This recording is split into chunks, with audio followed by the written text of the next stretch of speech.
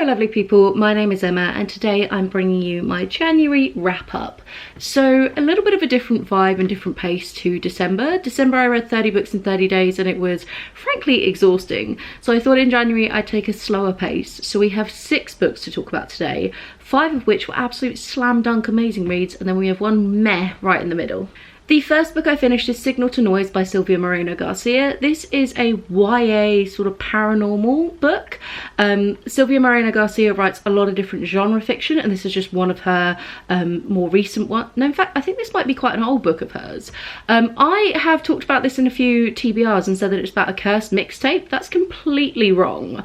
It's actually about a group of teenagers. It's kind of 3 of them, but it focuses on a boy and a girl in particular, and she's really into music and into playing records, and then basically finds a way to make the records grant wishes for her, and there's sort of like a ritual. It depends on the song that they pick.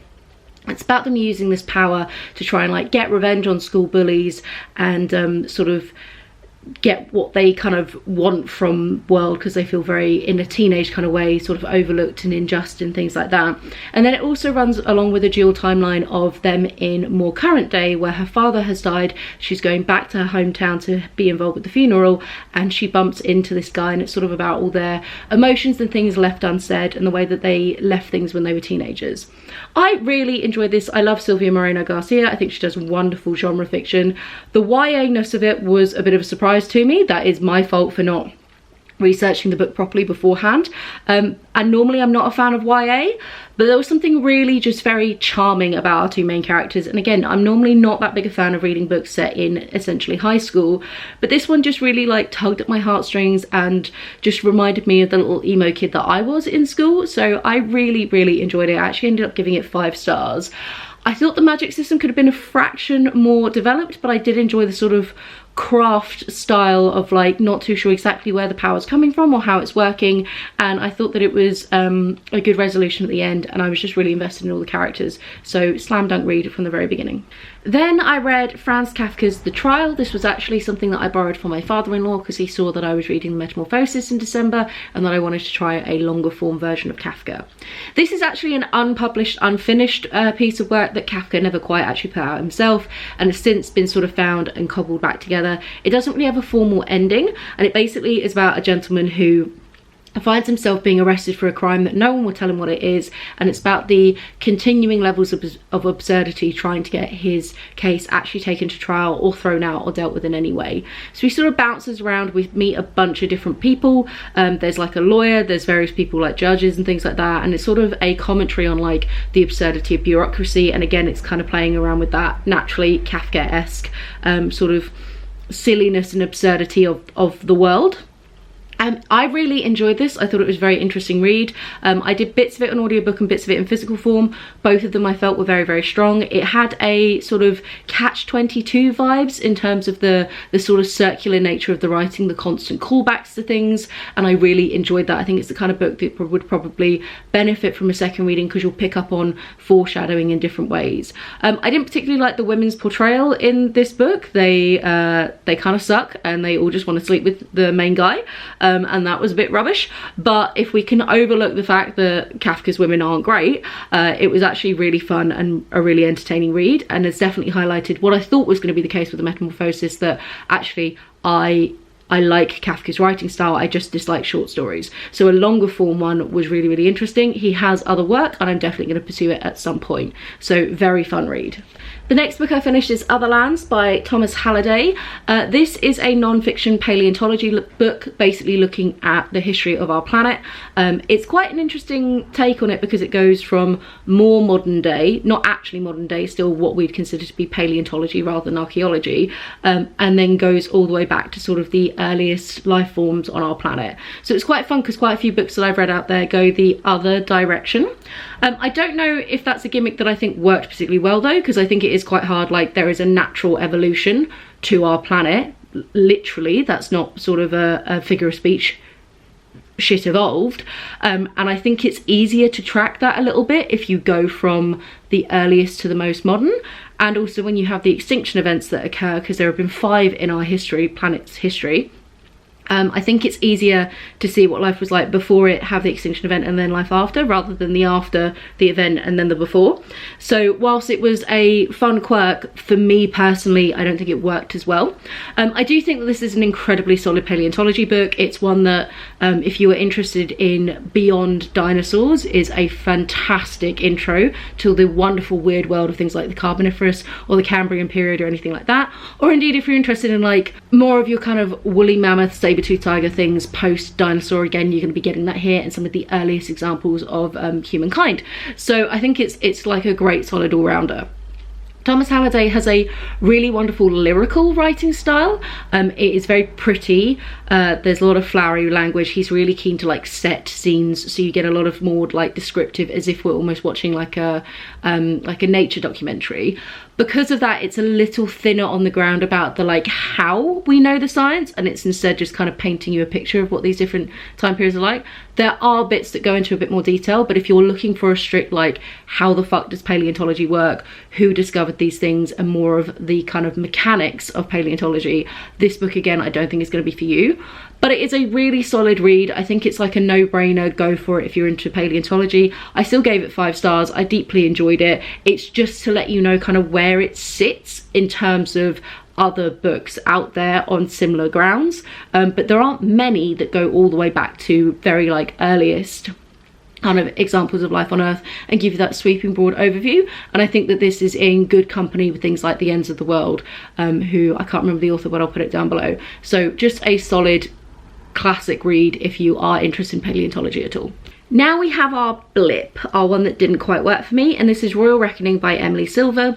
This is a cute contemporary romance in the Ainsworth Royal series, which I will not be continuing, and it's basically about a woman who is a princess who is like 2nd or 3rd in line for the throne, but she has a lot of sort of paparazzi attention on her, and she basically tries to run away for about a month and becomes a tattoo like receptionist, I guess it would be kind of the term, like front desk person, and about the relationship that develops between her and the guy who owns the tattoo shop. You obviously get the miscommunication, the hidden secret trope, oh god, she's a royal. It comes out before she has a chance to tell him, etc, etc.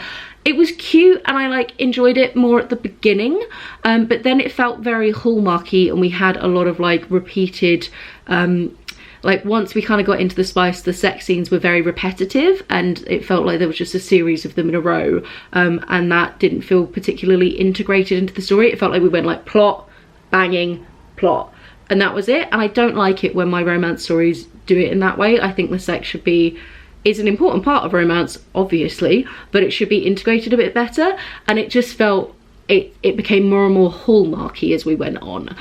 So it was fine. I gave it 3 stars, but I wouldn't particularly recommend, like, it's not groundbreaking romance, let's put it that way. But it's, you know, tattoo artist is always fun representation, somebody with a lot of ink. I greatly appreciate that. Then we move back onto our absolute slam dunks, fantastic 5-star reads all around, and one of those is Sentient by Jackie Higgins. I can read. So this is a non-fiction book looking at animal senses and then their connections with human senses. Each chapter takes a different kind of sense, whether it be sense of smell or indeed broadening it out beyond just the 5 senses. And there's a great intro about what do we count as a sense at the beginning. Very interesting.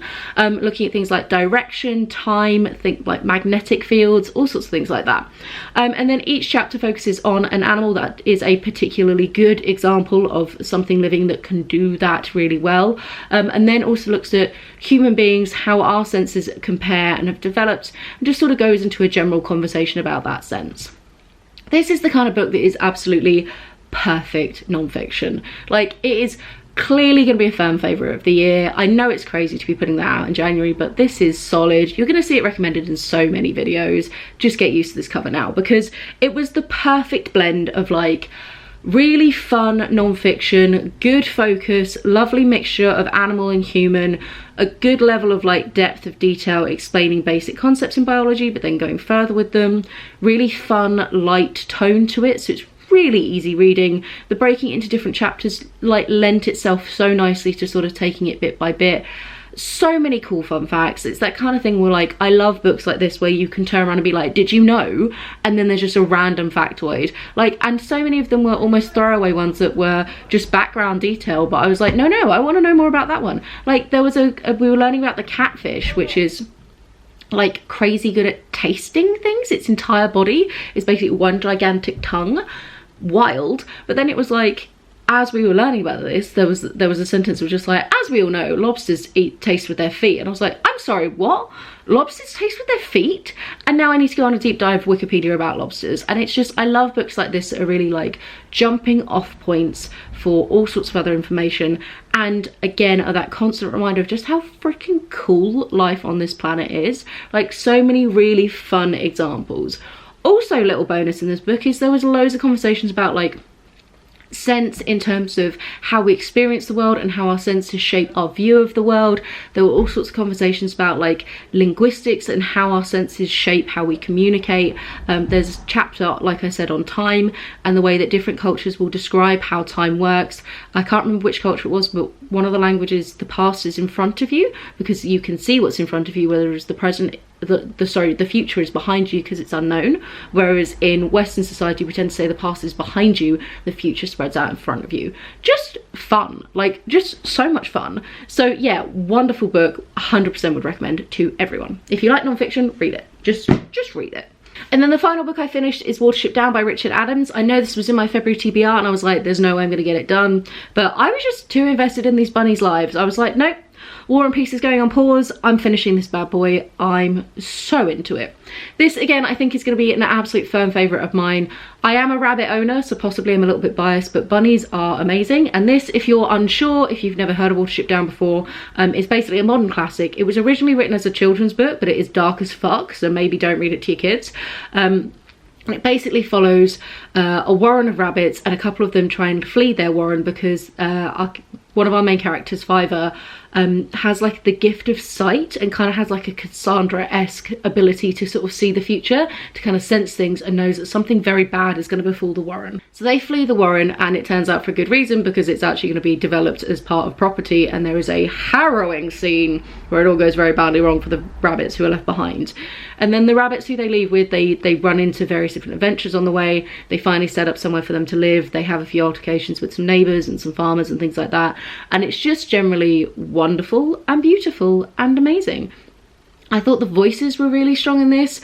The like real attention to detail of them being rabbits rather than like human brains in rabbit bodies, which sometimes happens when you read like where an animal is the main narrator, but there was a real commitment to kind of rabbits.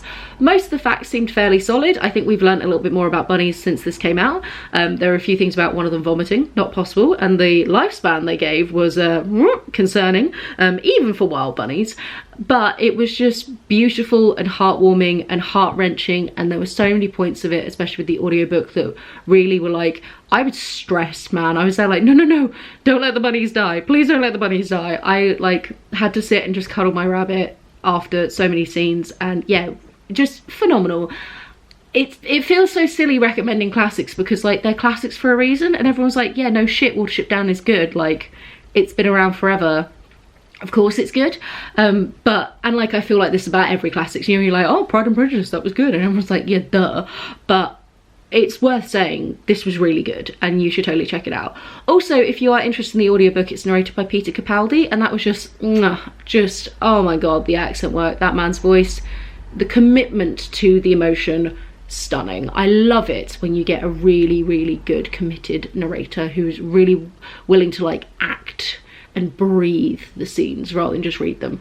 So yeah, so slam dunk all round. So that's it from me. Those are the books that I read in January. Like I say, really solid quality over quantity kind of a month, and was lovely to be able to take things a bit more low-key and chill and enjoy reading them. February is already going really well. I've enjoyed a bunch of the things that I've read, and I'm really excited to see what this month contains. So do let me know in the comments down below, have you read any of these? Are any of them being added to your TBR because of what I've said? If you're a non-fiction reader, I expect to see want to read Sentient marked as want to read on your Goodreads. It's a must. I'm not joking. That one absolutely slapped. Yeah, and there we go. Have a wonderful reading week, and I'll chat to you soon. Bye.